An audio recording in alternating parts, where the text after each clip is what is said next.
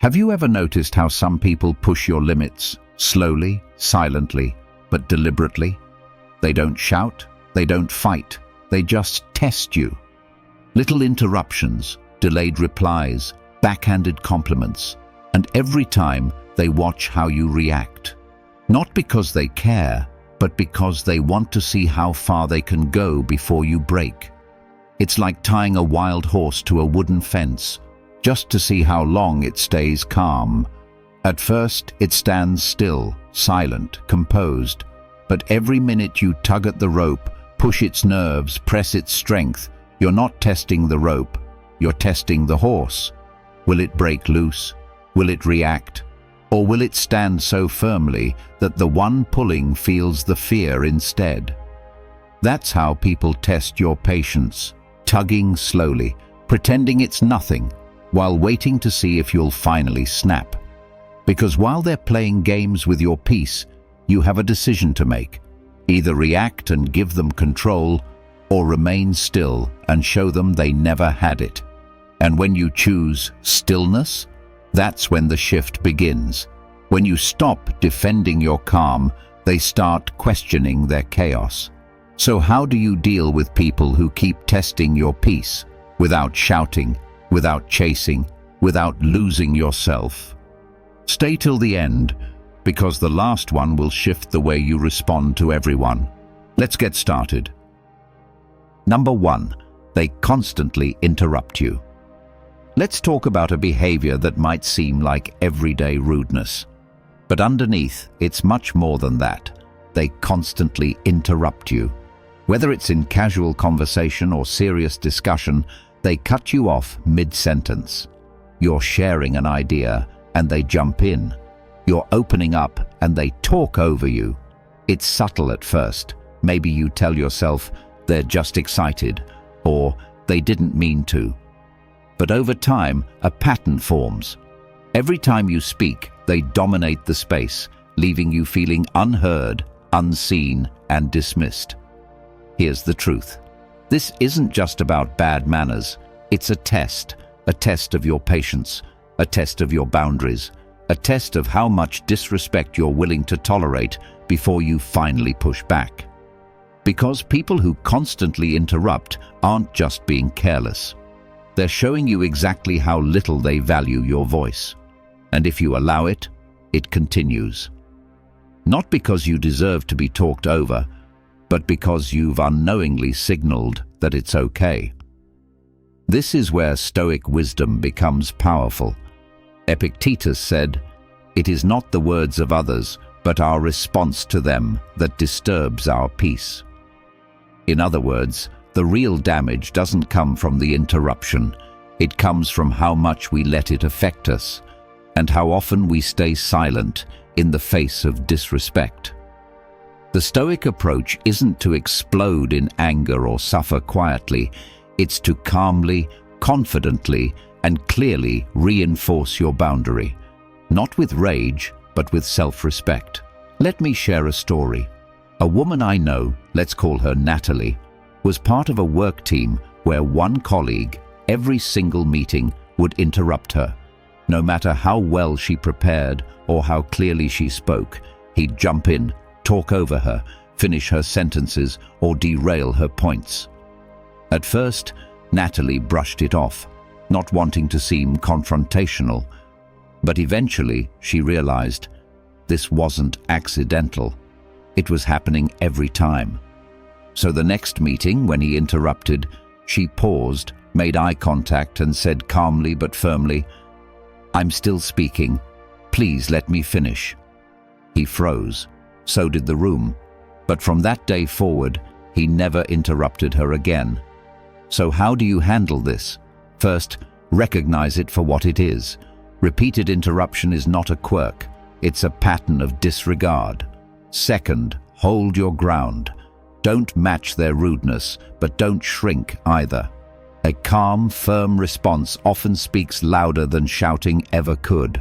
And finally, stop explaining yourself to people who aren't listening in the first place. At the end of the day, your words deserve space. Your voice deserves respect. And if someone is constantly cutting you off, They're not just interrupting your sentence, they're testing your limits. So show them where the line is and don't be afraid to enforce it. Because real peace doesn't come from avoiding conflict, it comes from honoring yourself in the middle of it. Number 2, they deliberately provoke you. Let's talk about a subtle but calculated behavior that people use to test your patience. They deliberately provoke you. These individuals know exactly what pushes your buttons.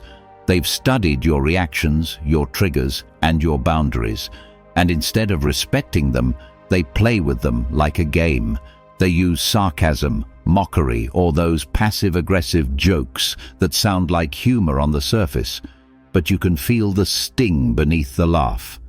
And what's worse, they do it repeatedly, not because it's innocent, but because they want to see one thing: how long you'll take it before you explode. Here's the truth. This isn't casual teasing. This is a pattern, a test, one they set up on purpose to watch you lose your cool. Because the moment you snap, you prove their point. You become too sensitive, too emotional, or too reactive. That gives them the upper hand. They walk away calm while you're left frustrated, misunderstood, and often apologizing for simply having feelings. But this is where Stoic wisdom becomes your power. Marcus Aurelius said, "The greatest victory is not being provoked into anger." The Stoic doesn't let others dictate their emotional state. When someone tries to bait them into a reaction, they don't bite. Not because they're weak, but because they've mastered themselves. They understand responding with anger gives power to the other person. But responding with calm, that's the real dominance. Let me share a story. A man I know, let's call him Omar, worked with someone who constantly made snide remarks. It was never direct enough to be called out, but always sharp enough to sting. Things like, "Oh, I guess some people need more time to catch up," or "Don't worry, not everyone's cut out for this pace." At first, Omar would laugh it off or try to respond with a clever jab of his own, but it always left him feeling drained and bitter. Until one day, after reading about Stoic responses to provocation, he decided to change his approach. The next time it happened, Omar simply paused, looked at the person, and said nothing. No reaction, no sarcasm, no defense, just stillness. That moment of silence? It spoke louder than anything else. And guess what? The provocation stopped. So how do you handle someone who keeps testing your patience like this?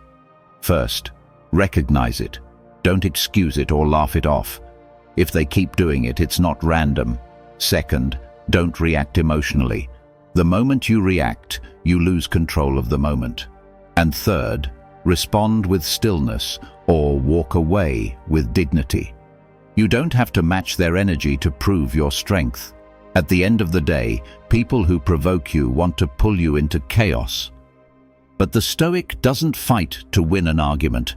They win by not engaging at all. When you stay calm in the face of provocation, you're not just showing patience, you're showing mastery. And that's a victory they can never take from you. If you found this valuable, hit like and subscribe for more powerful insights. Number 3. They ignore you on purpose. Let's talk about one of the most frustrating ways people test your patience. They ignore you on purpose. It's not always loud or obvious. In fact, that's what makes it more effective. They leave your messages on read. They walk past you without acknowledgement. They pretend they didn't hear what you said, even though everyone knows they did. It's not a mistake. It's not forgetfulness. It's calculated silence. A subtle power play designed to make you feel small, uncertain, or unimportant. Here's the truth. This isn't about communication. It's about control. When someone deliberately ignores you, they're trying to shift the balance of power. They want to see how far they can push your patience. Will you chase, Will you over-explain? Will you apologize for something you didn't even do just to get a response? If they can get you to question your worth or second-guess your presence, they've already succeeded. Because the goal isn't to talk, it's to get inside your head. And this is where Stoic wisdom becomes your shield. Seneca once said, "What others avoid in you is not your flaw, but their fear of being seen." Think about that. When someone gives you the silent treatment or pretends you don't exist, it's not a reflection of your value, it's a reflection of their insecurity. Ignoring you isn't strength, it's fear dressed as confidence. And once you understand that, you stop chasing people who are trying to punish you with silence. Let me share a story. A woman I know, let's call her Anaya, had a close friend who suddenly started acting cold. No replies, no calls, just silence. Whenever Anaya tried to talk things out, her friend would shrug or change the subject. For weeks, Anaya kept reaching out, trying to fix whatever went wrong, except she didn't even know what the issue was. Then one day, she stopped. Not out of bitterness, but out of clarity. She realized that her patience was being used against her. This wasn't miscommunication. It was a silent strategy to test how long she'd tolerate being disrespected. And the moment she withdrew her energy, that same friend suddenly wanted to talk. But by then, Anaya had learned, real relationships don't operate on silence and games. So how do you respond when someone ignores you to test your limits? First, don't chase them. That's exactly what they're waiting for. Second, don't let their silence define your self-worth. You are not invisible because someone refuses to see you. And finally, respond with quiet dignity. Not by ignoring them back, but by protecting your energy and stepping away from the game altogether. At the end of the day, ignoring someone on purpose is not strength. It's immaturity disguised as control. And if they're testing your patience with silence, the most powerful answer isn't noise. It's calm, confident detachment. Because the Stoic doesn't beg to be acknowledged. They know their worth, and that's the loudest thing you'll never need to say. Number 4, they test your boundaries. Let's talk about one of the most subtle ways people test your patience. They test your boundaries. It doesn't always look aggressive. Sometimes it's borrowing your things without asking. Sometimes it's invading your personal space, physically or emotionally. And other times, it's pressing a topic you've clearly said you're uncomfortable discussing. They might laugh it off or say, "I was just joking," or "Come on, don't be so serious." But here's the reality. It's not about jokes. It's not about being casual. It's about control. Because when someone crosses a line that you've clearly drawn, they're not being forgetful. They're being deliberate. They want to see what you'll tolerate. They want to know if your no actually means no. And the more they get away with it, the further they'll push. It starts small, but each step chips away at your self-respect until you're left wondering if your boundaries even matter anymore. That's not a mistake. It's a test. A quiet, ongoing test of how far they can go before you push back. And this is where Stoic wisdom becomes your defense. Marcus Aurelius said, "A boundary is not a wall, it is a sign of self-respect." In other words, setting limits isn't about shutting people out. It's about showing the world that you value your space, your peace, and your inner clarity. A Stoic doesn't build walls to isolate themselves. They draw lines to protect what matters. They don't overreact, but they don't stay silent either.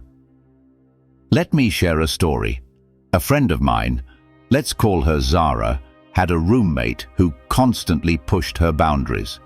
He would take her food without asking, play loud music late at night, and invite people over without notice. Every time she brought it up, he'd laugh and say, "You're too uptight," or "Relax, it's no big deal." At first, Zara doubted herself. Maybe she was overreacting. But over time, she realized something important. Her discomfort wasn't the problem. His disrespect was. So one day, instead of asking nicely again, she set firm ground rules. No more asking, no more explanations, just clear lines. And guess what? The behavior stopped. Because the moment Zara stopped tolerating the boundary testing, she reminded him, and herself, what her space was worth. So how do you deal with people who test your boundaries? First, don't ignore the small violations. They are often signals for bigger ones ahead. Second, be clear, direct, and calm. You don't need to yell to be taken seriously. And third, enforce what you say. If someone continues to disrespect your limits, step back. Not to punish them, but to protect yourself. At the end of the day, your boundaries are not selfish. They're sacred. If someone tests them again and again, it's not because they didn't understand. It's because they didn't care. And the Stoic knows you don't need to raise your voice to be firm.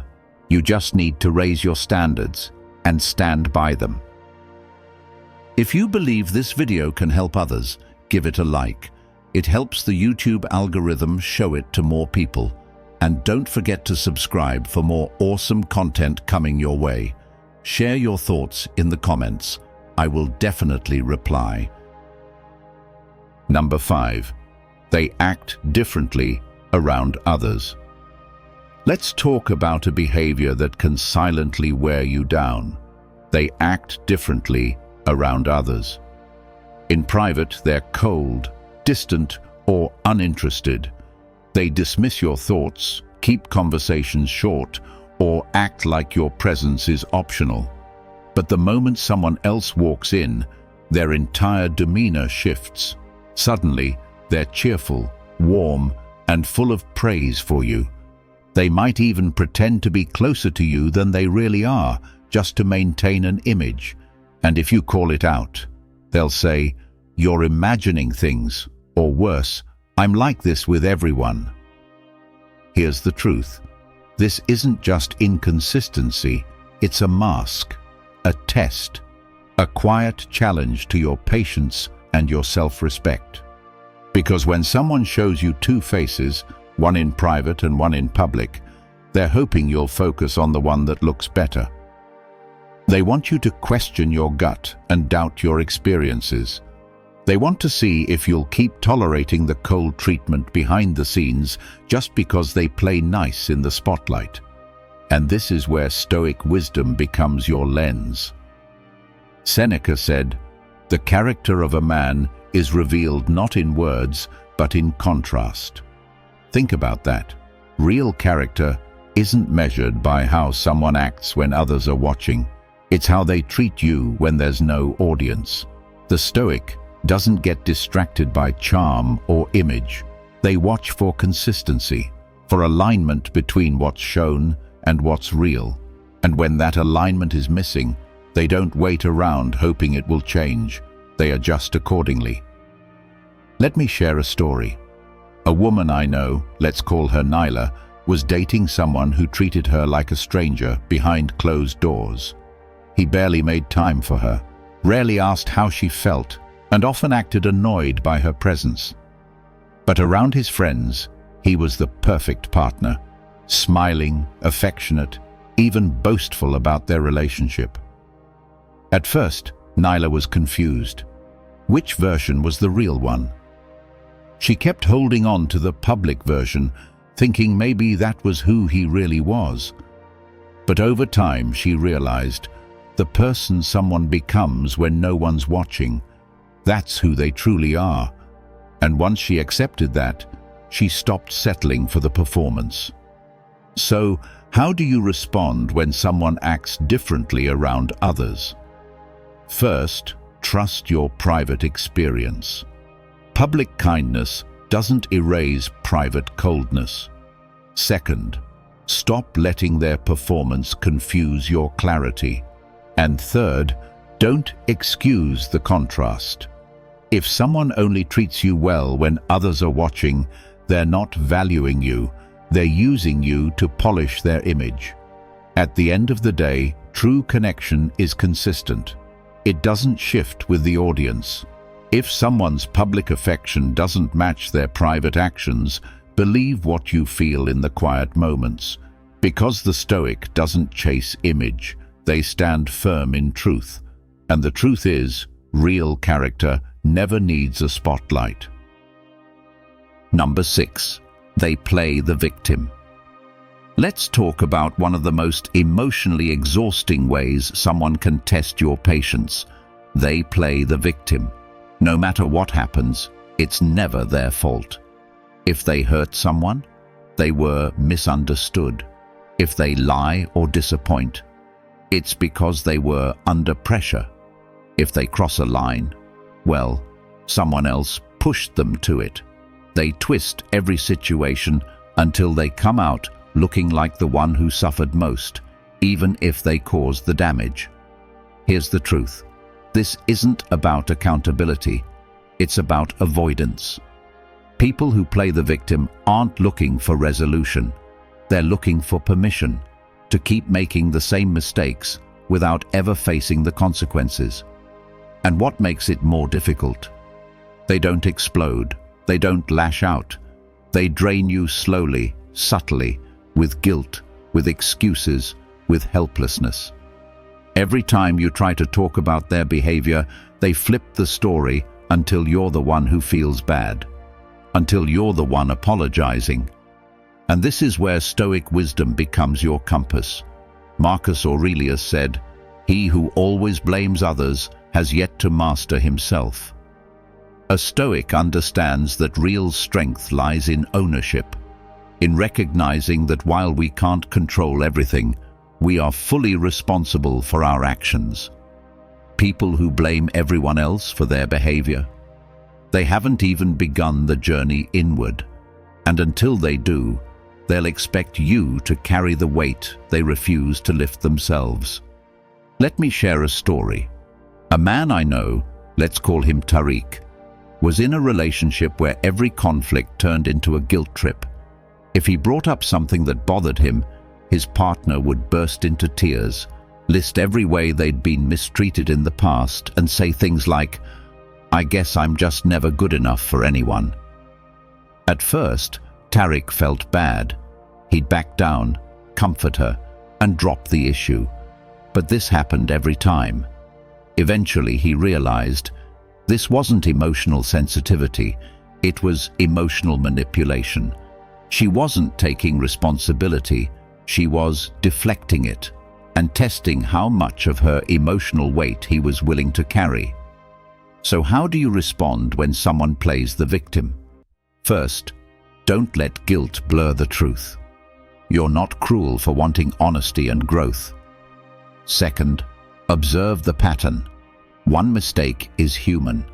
Repeated blame shifting is a tactic. And third, hold your ground. You don't have to be unkind, but you do have to be clear. Growth can't happen without accountability, and peace can't survive where responsibility is always passed to someone else. At the end of the day, a person who refuses to own their actions will always need someone else to carry the blame. But the Stoic doesn't carry what isn't theirs. They choose truth over guilt, clarity over confusion, and peace over manipulation. Because patience isn't about absorbing chaos, it's about knowing when enough is enough. If you've watched the video this far, don't forget to leave a comment with a "thank God" and give it a like if you enjoyed the content. Your support means a lot and motivates me to keep creating more interesting videos. I hope you find inspiration in them and that we continue learning together. Thank you for your support. Number 7. They try to trigger emotional reactions. Let's talk about one of the most calculated ways someone tests your patience. They try to trigger emotional reactions. This isn't about misunderstanding or miscommunication. It's intentional. They bring up things they know you've healed from or are still trying to. They dig into your insecurities, mock your dreams, or question your worth, not to understand you better, but to throw you off balance. And when you finally react, when you get defensive, emotional, or upset, they act surprised. What? I was just being honest. Or worse, wow, you're really sensitive. Here's the truth. This isn't honesty. It's a trap. A mind game meant to strip you of your control. People who intentionally press your emotional buttons aren't looking for growth. They're looking for dominance.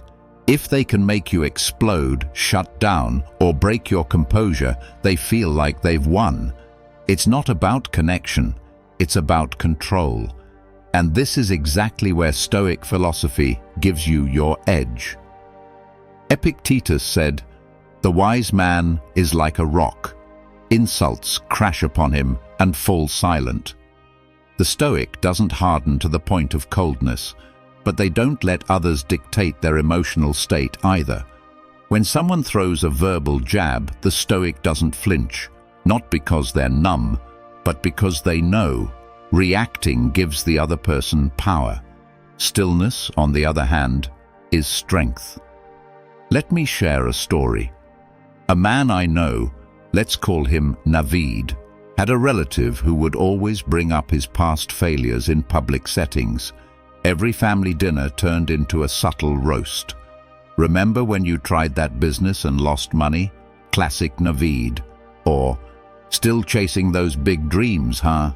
Time to get real."